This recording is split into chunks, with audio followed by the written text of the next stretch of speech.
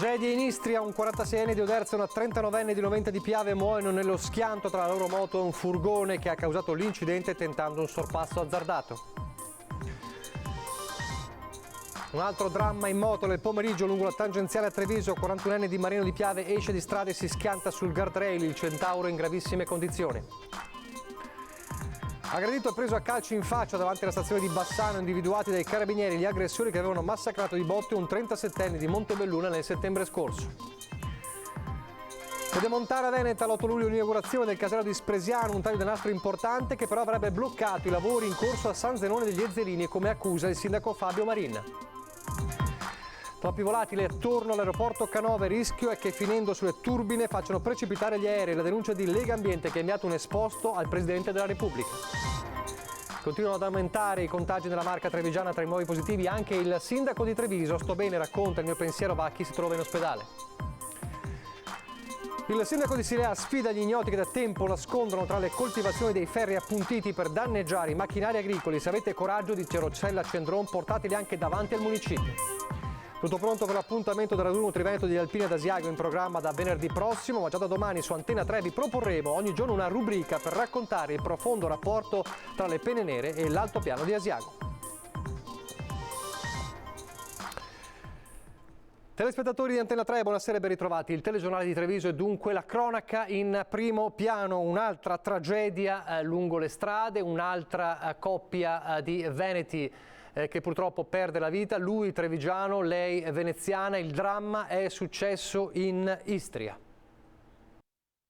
Lui morto sul colpo, lei deceduta all'ospedale. È una coppia veneta, quella rimasta vittima di un tragico incidente stradale che si è verificato ieri nell'area centrale dell'Istria, tra Pisino e Monpaderno, in Croazia. Scarne le informazioni finora diffuse dalla polizia croata intervenuta sul posto, che non ha al momento diffuso le generalità delle vittime in attesa di raggiungere i familiari. Lui 46 anni di Oderzo, lei 39 di Noventa di Piave. Procedevano a bordo di una moto, una BMW, quando improvvisamente lungo la strada statale il furgone condotto da un cittadino croato di 58 anni, poi denunciato a piede libero, li avrebbe travolti durante una manovra di sorpasso in un tratto in cui non era consentito superare altri veicoli.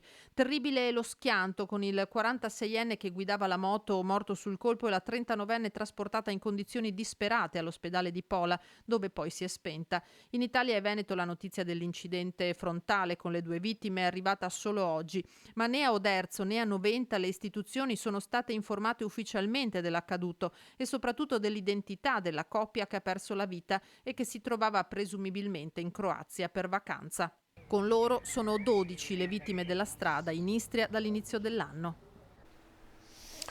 E un altro grave incidente in sella a una moto è successo poco dopo le 16 sulla tangenziale di Treviso, nel tratto tra Paese e direzione Silea. Parliamo di un 41enne di Marino di Piave che, per cause in fase di accertamento da parte della polizia locale, ha perso il controllo della moto poco prima di una curva, andando a impattare in modo molto violento contro il guardrail. Le sue condizioni sono gravissime.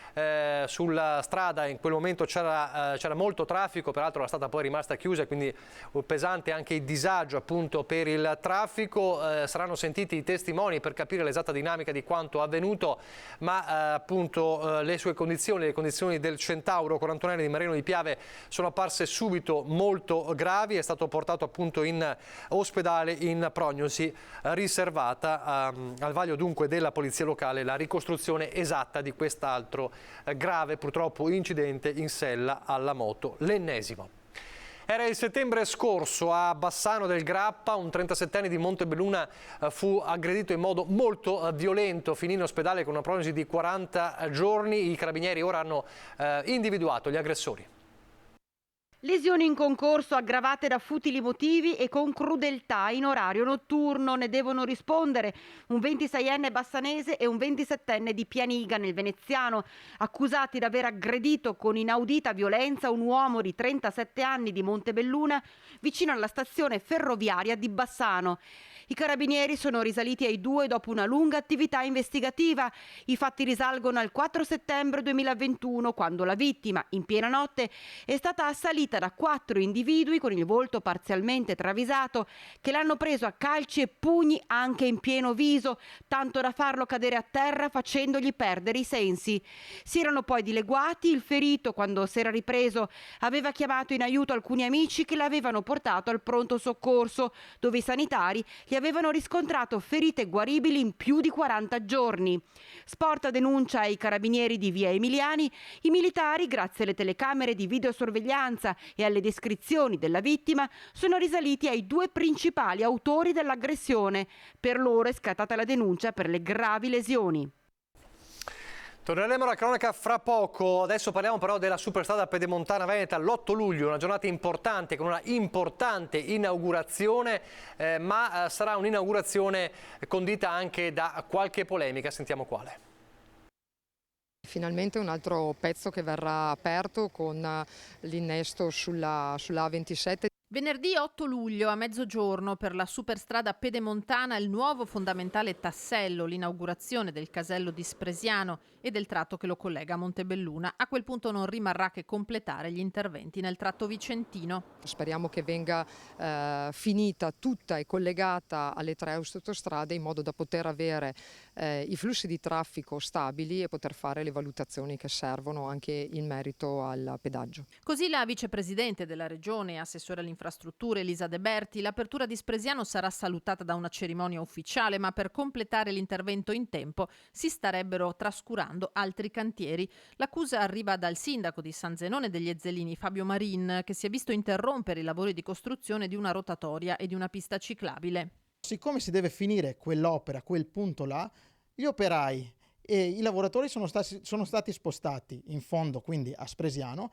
e tolti dalle opere che devono realizzare a San Zenone, e quindi San Zenone ne deve rimettere perché dobbiamo fare un'inaugurazione, dobbiamo fare un taglio del nastro. No, non ci stiamo. Noi abbiamo diritto che i nostri lavori siano completati e siano completati nei tempi stabiliti. Comune di San Zenone che attende ancora la risposta alla diffida inviata in regione sulla mancata esecuzione delle opere complementari alla pedemontana previste nel proprio territorio. L'area che tira è quella di si arrangeranno gli avvocati, quindi diciamo che sono contento che si arrangino gli avvocati perché almeno loro i documenti li leggono e sapranno rispondere certamente nella maniera giusta. Gli accordi scritti parlano chiaro, ribadisce il sindaco, ma De Berti non ci sta a farsi trascinare nella polemica. Noi abbiamo i flussi di traffico sia a Pedemontana chiusa e continueremo a monitorare la situazione anche a Pedemontana aperta. Ci sono delle situazioni che migliorano, ci sono delle situazioni che rimangono stabili, ci sono delle situazioni che peggiorano. Diciamo che nel momento in cui avremo la conferma dei flussi di traffico potremo sempre in maniera coscienziosa e dettato dal buonsenso e non da chi tira la giacchetta fare scelte opportune di potenziamento della viabilità, ma dove servirà.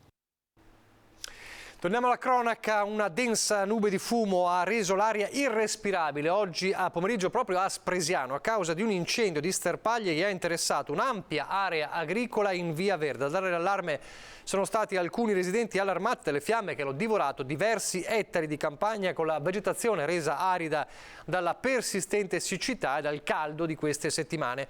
Sul posto sono intervenuti i vigili del fuoco di Treviso e i carabinieri, come vediamo nelle immagini, ancora in corso di accertamento le cause del rogo. A proposito di caldo e di siccità, la Protezione Civile regionale torna a lanciare un'allerta per il disagio fisico dovuto al caldo in tutto il Veneto, anche nella Marca trevigiana, per tutto il weekend e fino a lunedì, così come era accaduto lo scorso weekend. E dunque attenzione nelle prossime ore e soprattutto in questo weekend, proprio soprattutto per le persone fragili, a non uscire di casa nelle ore più calde e a idratarsi ovviamente con costanza per evitare fenomeni appunto di colpi di sole e quant'altro. Dunque una allerta per il disagio fisico che durerà almeno fino a lunedì, così dice la Protezione Civile regionale. Abbiamo parlato di siccità in questi giorni parlando anche dei corsi d'acqua e del fiume Sile, ma non c'è soltanto la preoccupazione per la siccità o gli effetti della siccità nei dati di Legambiente che oggi sono stati presentati lungo le rive del Sile a Sant'Angelo. C'è anche una allerta diversa che riguarda i voli da e per l'aeroporto di Treviso, tanto che Legambiente ha spedito una lettera urgente al presidente Mattarella. Sentiamo. I voli dell'aeroporto Canova sarebbero in pericolo, a denunciarlo Legambiente, che ha scritto direttamente al Presidente della Repubblica.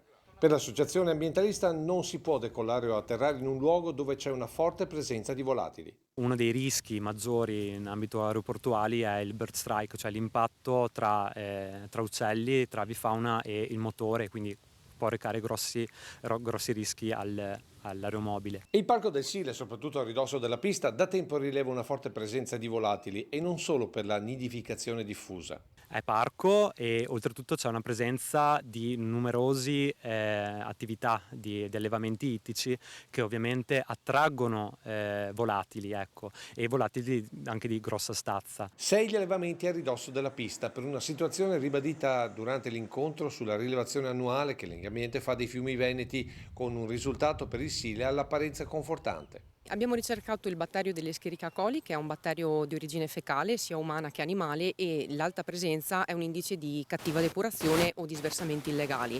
Per quanto riguarda il fiume Sile, possiamo dire che la situazione è migliore rispetto allo scorso anno, perché c'è soltanto un punto che supera le 1000 unità per 100 millilitri. Un dato però in parte falsato dalla siccità, del resto ricorda Legambiente, a Treviso appena il 30% degli 80.000 residenti è collegato al depuratore.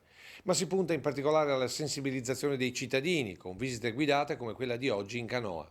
La risposta dei cittadini è straordinaria. Più portiamo avanti questa campagna, siamo alla 7ª tappa, e più ci rendiamo conto quanto l'ecosistema fiume sia importante per le comunità. E Legambiente denuncia un'altra anomalia lungo il Sile, questa volta all'altezza del Ponte de Ferro, in cui c'è uno scarico con attorno un salsicciotto assorbente sistemato diverso tempo fa, dove c'è una forte presenza di reflui e molto probabilmente anche di uno sversamento di idrocarburi. salsicciotti che galleggerebbero da più di un anno, segnalati con raccomandata ad aprile, indirizzata a diversi enti, tra cui il Parco Sile e Comune di Treviso. Risposta? Non abbiamo ancora ricevuto risposta. C'è l'aumento dei contagi del Covid che resta costante anche nella Marca. Nelle ultime 24 ore, secondo il bollettino dell'azienda Zero, 1373 nuovi positivi nella Marca trevigiana. Tra i nuovi positivi anche il sindaco di Treviso, Mario Conte, l'annuncio stamattina sui suoi profili social. Dopo aver a più riprese colpito all'interno della sua giunta, alla fine il Covid ha raggiunto anche il sindaco di Treviso e presidente dell'Anci Veneto Mario Conte, che già ieri, avvertendo raffreddore e tosse, aveva scelto prudentemente di non partecipare a una conferenza stampa a Cassugana. Il tampone positivo ha infine confermato i suoi timori. In un post pubblicato in mattinata sui suoi profili social, Conte ha annunciato di avere sintomi blandi, tosse, mal di gola e raffreddore appunto. Il Covid, scrive, ha deciso che dovevo passare qualche giorno a casa, infatti, scherza come sua abitudine, mi sono messo alla ricerca delle scatole di Subbuteo e Forza 4, ma poi torna serio e fa sapere dalla finestra: continuerò a vegliare, a chiamare assessori e consiglieri, ad ascoltare e leggere le richieste dei cittadini, cantieri, progetti, opere, di cose da fare ce ne sono tante. Andiamo avanti, conclude Conte, torno presto. Allora abbiamo raggiunto nel pomeriggio il primo cittadino di Treviso, nonché presidente di Anci Veneto. Sentiamo cosa ci ha detto. Questa volta ci sono cascato, in realtà sto abbastanza bene, sentite un po' di abbassamento di voce e un po' di tosse, quindi nulla di preoccupante. Ringrazio tutti coloro che mi hanno mandato dei messaggi di un augurio di buona guarigione, mi chiedono come sto bene, ovviamente ho seguito quelli che sono i protocolli ufficiali dell'azienda sanitaria, che ringrazio. Già da ieri cominciavo ad avere qualche sintomo, quindi i primi colpi di tosse, un po' di mal di gola, e mi ero autoisolato, di fatto annullando anche gli impegni istituzionali. Poi questa mattina sono andato a fare il tampone e sono risultato positivo. Ovviamente il mio pensiero però va alle persone che oggi sono in ospedale e che stanno soffrendo decisamente più di me. Io devo dire che non sto soffrendo assolutamente, al netto di questa tosse e raffreddore, quindi volevo tranquillizzare tutti. Ho trasferito la mia agenda da in presenza digitale come nei vecchi tempi durante il lockdown, e per questa settimana continuerò a lavorare tanto, ma attraverso le tecnologie. Ci spostiamo dal capoluogo, pezzi acuminati d'acciaio nascosti tra i campi coltivati. Da tempo gli agricoltori tra Silea, Roncade e Casale devono passare ogni volta palmo a palmo i propri campi per evitare gravi danni alle trebbiatrici o altre macchine operatrici. Allora il sindaco di Silea, davanti alle nostre telecamere, lancia una sfida a quelli che ha definito terroristi dell'agricoltura. Se ne avete il coraggio, portate questi ferri anche davanti al municipio. E questa è la sfida lanciata dal sindaco di Silea, Rossella Cendron, al o ai terroristi dell'agricoltura. Individuo, ma forse anche una banda, che nasconde tra le coltivazioni ferri come questo.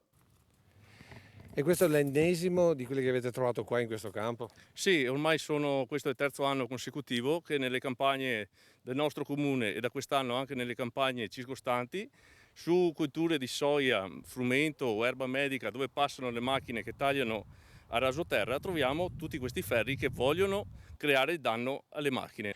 Acciaio che finisce tra gli ingranaggi di trebbie imballatrici causando gravi danni.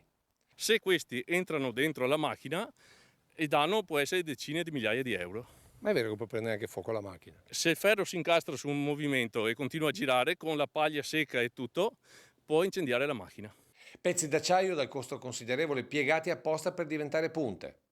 Questi sembrano tutte scaffalature di supermercati o negozi che vengono dismesse. Non riusciamo a capire dove posso trovarli perché queste sono cose che costano soldi. È tutto acciaio. Questi ferri, come possiamo vedere, sono fatti in una maniera che in qualsiasi maniera io lancio il ferro, la macchina lo prende, perché restano sempre in una maniera alta, cioè sono fatti apposta, piegati, per restare alti e creare il danno alla macchina. E non si tratta di racket, vendette o ritorsioni, visto che gli agricoltori sono colpiti a caso. Tutti episodi regolarmente denunciati ai carabinieri. Ma secondo voi non è un semplice gesto di ragazzi annoiati che non sanno cosa fare?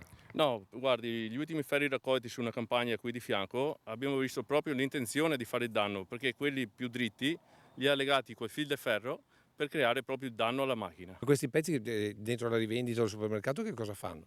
Questo per esempio è un separatore per i prodotti.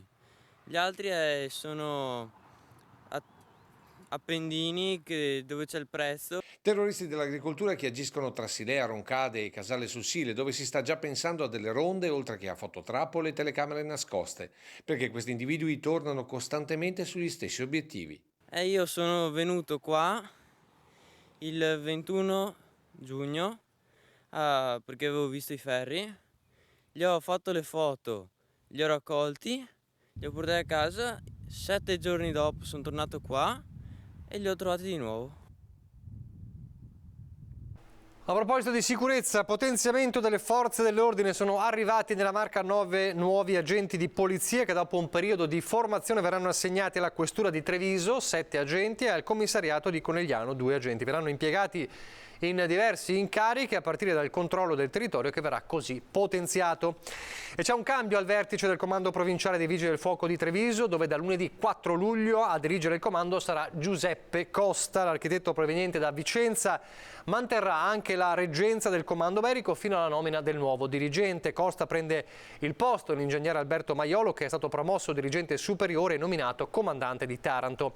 È un ritorno a casa per Giuseppe Costa a Treviso, dove ha prestato servizio come funzionario tecnico fino a ricoprire l'incarico di vicecomandante dal 1995 al 2017, dopo aver vinto nel 1994 il concorso come ispettore dei Vigili del Fuoco. Ha partecipato come funzionario a gran parte delle grandi calamità nazionali, tra cui nel 2009 il terremoto dell'Aquila, nel 2012 il terremoto dell'Emilia-Romagna e nel 2016-2017 il terremoto dell'Italia centrale. Adesso pochi istanti di pubblicità e poi vedremo come è andata il primo giorno di saldi estivi a Treviso.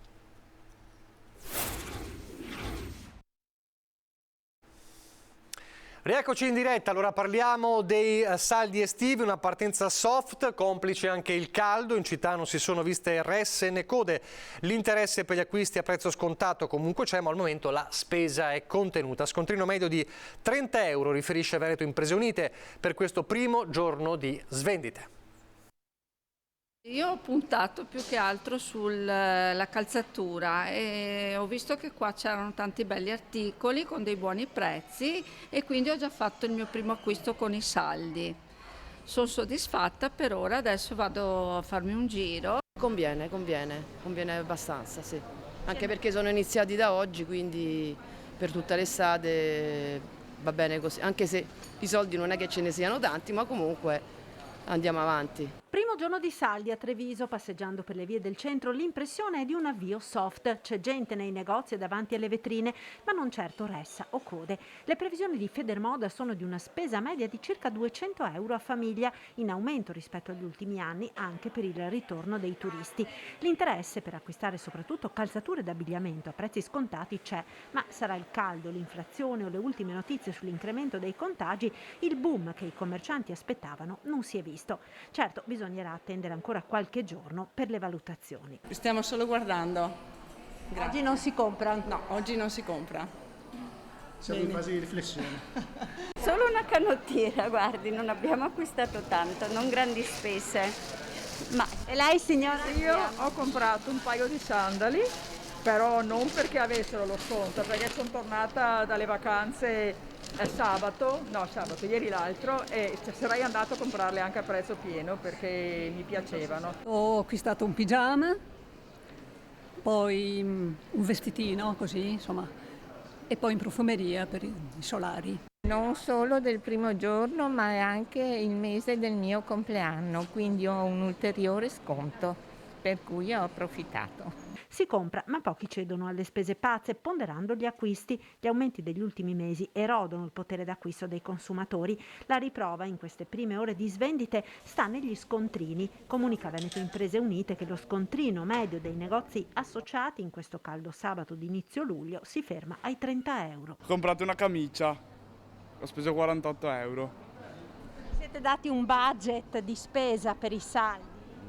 Sì, un centinaio di euro, così mi mancava un po' di roba e quindi ho fatto un giro. Cosa ha comprato? Dei calzini, sì, non utili diciamo tutti i giorni. Io niente, sono venuto più a vedere che a comprare, più per stare con gli amici. Tutto qua. Insomma, caccia al risparmio e al via questa mattina a Monastier la prima delle 2 giorni di gara al risparmio energetico delle auto. Ad organizzarla l'Automobile Club di Treviso per una competizione che per certi versi è anche un test per gli automobilisti del futuro. Il nome internazionale è Green Endurance, ma per tutti è la gara ad utilizzare meglio l'auto.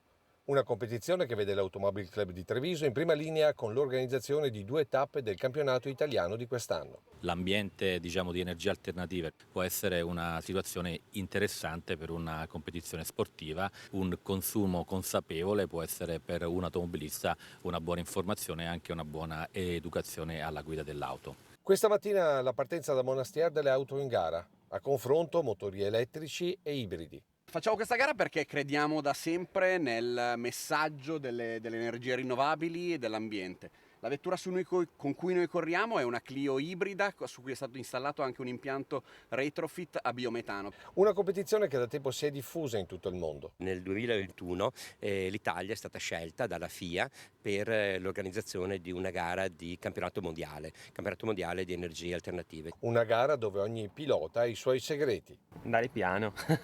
E non usare l'aria condizionata magari. Sì, vediamo adesso, ho messo una temperatura abbastanza 30 alta. secondi alla partenza. La vettura comunque è la pompa di calore, per cui è molto più efficiente della media. La sfida è anche capire se il futuro sarà solo elettrico. Convinti che il futuro sia solo elettrico oppure il motore a scoppio avrà comunque futuro? È un po' tutto da vedere. Il motore elettrico sta prendendo sempre più piede, soprattutto nella città di Treviso, soprattutto nelle brevi distanze. Oggi il primo percorso tra Palmanova, Porto Buffolè e Borso del Grappa per un totale di 305 km. Domani la gara toccherà il Padovano con Luvignano, poi Castelfranco, Cison, Porto Santa Margherita per poi concludersi a Monastier. Tutti comunque concentrati sulle lancette dei consumi più che su quella della velocità. Qual è la strategia per riuscire ad arrivare primo e consumare meno? Sempre in modalità B, diciamo, sempre in recupero. La Detto in Veneto, insomma, sparagnare sempre. Certo, se carica il meglio possibile.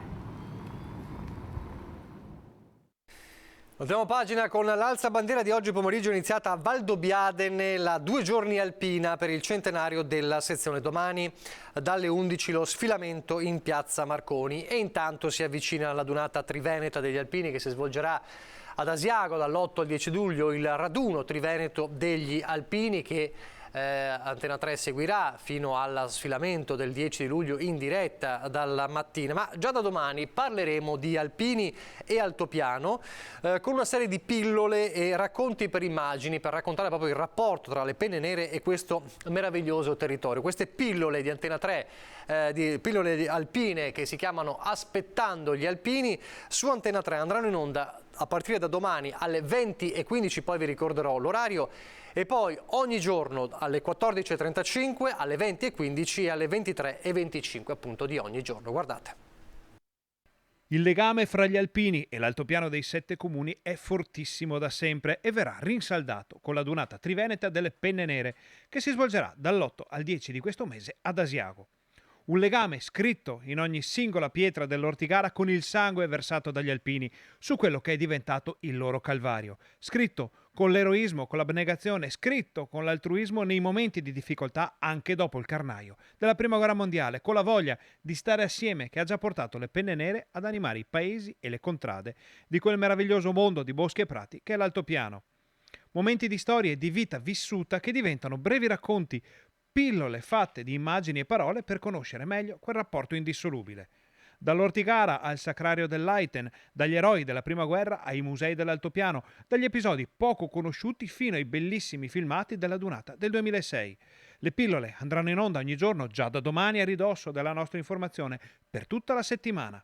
Un bel modo per avvicinarsi al grande evento di Asiago che potrete seguire con le dirette del gruppo Media Nord-Est, aspettando gli alpini per ricominciare tutti assieme da dove ci eravamo lasciati. Allora vi ricordo, il primo appuntamento con le pillole di Aspettando gli alpini sarà domani sera alle 20:15, poi ogni giorno da lunedì e fino al raduno Triveneto, appuntamento alle 14:35, quindi poco dopo la nostra prima edizione, alle 20:15 dopo i TG e alle 23:25 appunto di ogni giorno. Adesso parliamo di un'altra cerimonia che è avvenuta questa mattina, 80 anni dall'apertura del campo di concentramento di Monigo, questa mattina alla caserma Cadorin, una cerimonia per mantenere vivo il ricordo dell'orrore vissuto da oltre 20.000 persone. 200 hanno perso la vita per disumane condizioni di vita e 50 erano bambini.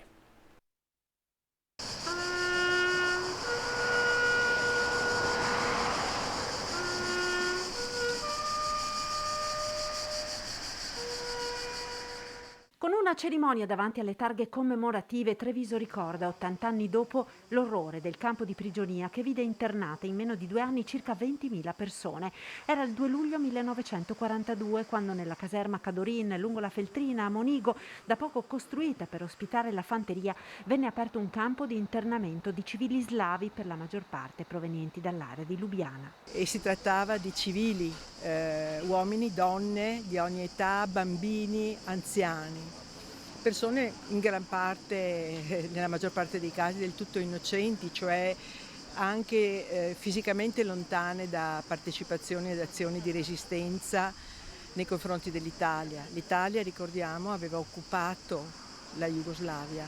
Almeno 200 di loro, una cinquantina erano bambini, morirono nel campo di Monigo di malattie e stenti. La vita, come documentano le ricerche dell'Istresco pubblicate nel libro Di là dal muro, era durissima. Le condizioni di denutrizione sono provate dai verbali autoptici redatti dal professor Menenio Bortolozzi, del primario di anatomopatologia a Treviso, e insomma si parla quasi di mummie da quanto erano denutrite. Un dramma rimasto nascosto per tanti anni. A Treviso nessuno ne seppe nulla per decenni. È stato proprio l'Istresco, l'Istituto per la Storia della Resistenza, ad impegnarsi per ricostruire l'accaduto e tenerne viva la memoria. L'impegno che abbiamo posto è quello di ricostruire anzitutto la storia, perché è solo su una base storica certa che si possono poi fare delle affermazioni, ma anche tentare di riattivare questa memoria e diciamo con la collaborazione del comandante della caserma, delle autorità politiche. Dobbiamo ricordare l'apporto importante del sindaco di Treviso, del prefetto. Ci pare che questa operazione sia riuscita.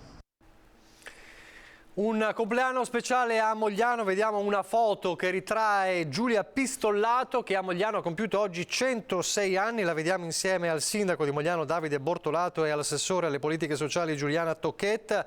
Un compleanno speciale all'istituto GRIS, il compleanno dunque di Giulia Pistollato che ha compiuto 106 anni, ha superato 2 guerre mondiali, la carestia, persino la peste e anche il Covid. Dunque complimenti a nonna Giulia Pistollato per i suoi 106 anni, qui in compagnia del sindaco e dell'assessore Giuliana Tocchetta. Adesso andiamo nel Bellunese.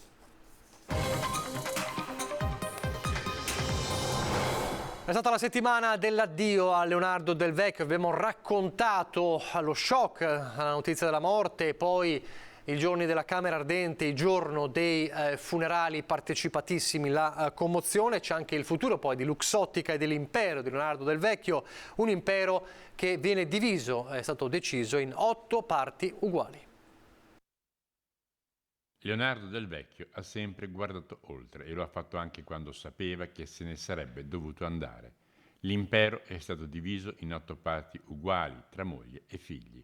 Nel suo testamento, aperto presso lo studio Zabban Notari di Milano, il tycoon dell'occhiale ha infatti definito la composizione dell'azionariato di Delfin, la cassaforte lussemburghese del gruppo, che detiene il 32% di EssilorLuxottica, il 26% del polo immobiliare Covivio, il 19,2% di Mediobanca e il 9,82% di Generali. Alla moglie Nicoletta Zampillo non ha lasciato però tutta la sua quota, pari al 25%, ma ha ripartito la stessa a metà, lasciando nell'altra parte a Rocco Basilico, 33 anni, il figlio da lei avuto con il primo marito. Gli altri 12,5% sono andati a Claudio Del Vecchio, Marisa Del Vecchio, Paola Del Vecchio, Leonardo Maria Del Vecchio, Luca Del Vecchio e Clemente Del Vecchio. Era già noto invece quale sarebbe stato l'assetto della governance di Delfin, già previsto dal fondatore di Luxottica nelle norme statutarie della holding. È infatti tracciato un percorso in cui entrerà in CDA il primo del gruppo degli osservatori, ossia i manager di fiducia a disposizione per incarichi al vertice, già designati dall'imprenditore scomparso che di Delfin era presidente. Il nome non è ancora noto, ma si pensa possa trattarsi di Francesco Milleri, amministratore delegato di EssilorLuxottica, che ha già preso il posto di Del Vecchio alla presidenza del gruppo di lenti d'occhiali. Il board di Delfin poi potrà eleggere un presidente tra i propri membri.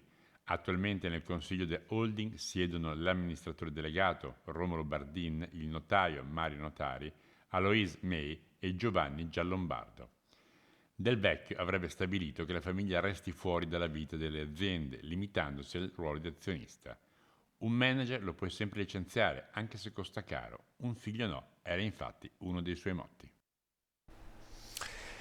Un recupero avvenuto questa mattina intorno alle 9, la centrale del SUEM è stata allertata da un escursionista che è partito dal rifugio Giussani per raggiungere la cima della Tofana di Rozes lungo una normale via, aveva perso la traccia spostandosi sempre più verso sinistra fino a rimanere incrodato e impossibilitato a tornare sui propri passi. In aiuto di questo escursionista, un 59enne di Vodo di Cadore, è intervenuto l'elicottero di Dolomiti Emergency di Cortina, appunto inaugurato soltanto ieri. Una volta individuato a circa 3.000 metri di quota, il tecnico dell'elisoccorso lo ha recuperato con un verricello di 30 metri. L'uomo che era illeso è stato lasciato al rifugio Giussani.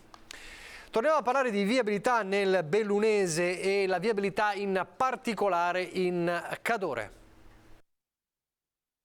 Da dove finisce l'autostrada fino a Cortina, soprattutto nei weekend estivi e invernali, le colonne di auto di turisti rendono spesso difficile la vita dei residenti.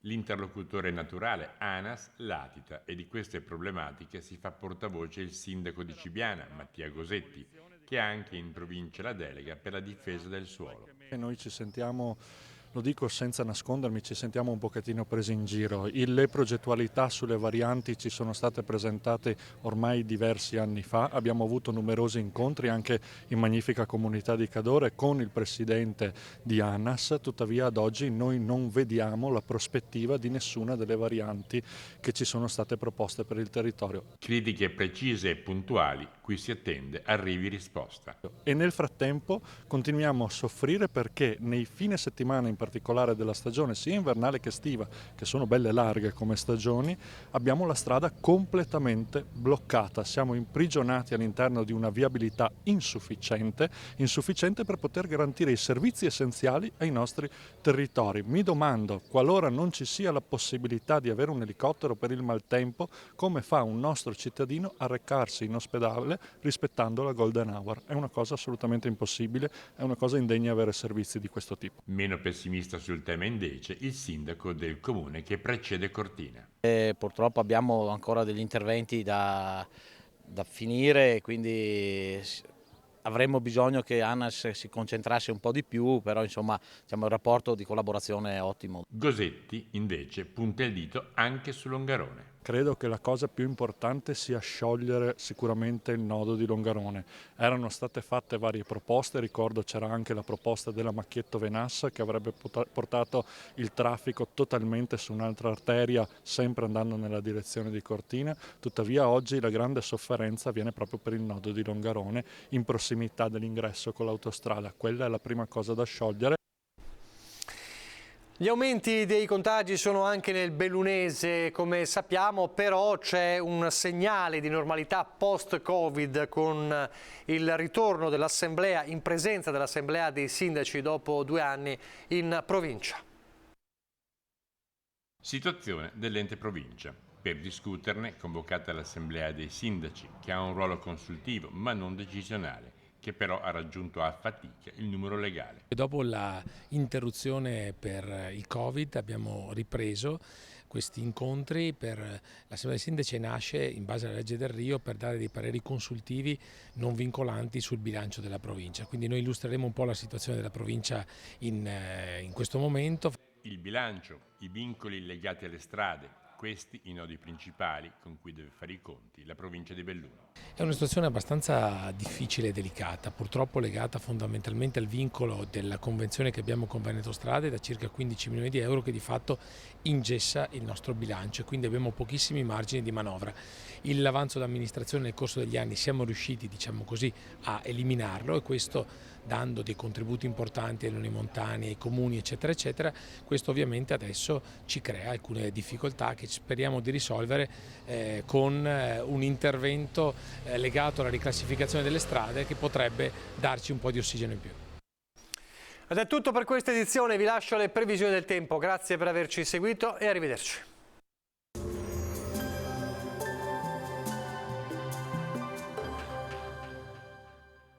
Da oltre 40 anni Bacifrutta c'è per te. La qualità e il risparmio Bacifrutta c'è per te. Selezioniamo il prodotto, Bacifrutta c'è per te. Benvenuti al meteo. L'alta pressione africana non molla la presa e arroventa l'Italia. Sul nostro territorio tanto caldo e poche piogge, più che altro in montagna. Vediamo il dettaglio di domenica 3 luglio. Sul Veneto la giornata festiva sarà caratterizzata, come vediamo, dalla presenza del sole. Il cielo sarà sgombro da nubi. Sulle zone montane sviluppo di cumuli che potranno essere associati a rovesci o locali temporali, specie sulle Dolomiti. Clima afoso con temperature minime tra 16 e 24 gradi, massime invece comprese tra i 30 e i 36 gradi. Spostiamoci ora sul Friuli Venezia Giulia, anche in questo caso sarà soleggiato e anche in questo caso sui monti il cielo potrà essere nuvoloso e non si esclude qualche isolato rovescio temporalesco. Temperature minime tra 20 e 25 gradi, massime sui 32-34 gradi. Infine diamo uno sguardo al Trentino Alto Adige, dove avremo poche novità. Sarà soleggiato con qualche annuvolamento pomeridiano associato a rovesci e temporali sparsi. Temperature minime intorno ai 19-20 gradi, massime sui 34-35 gradi. Dal meteo di Antenna 3 per ora è tutto, arrivederci al prossimo aggiornamento.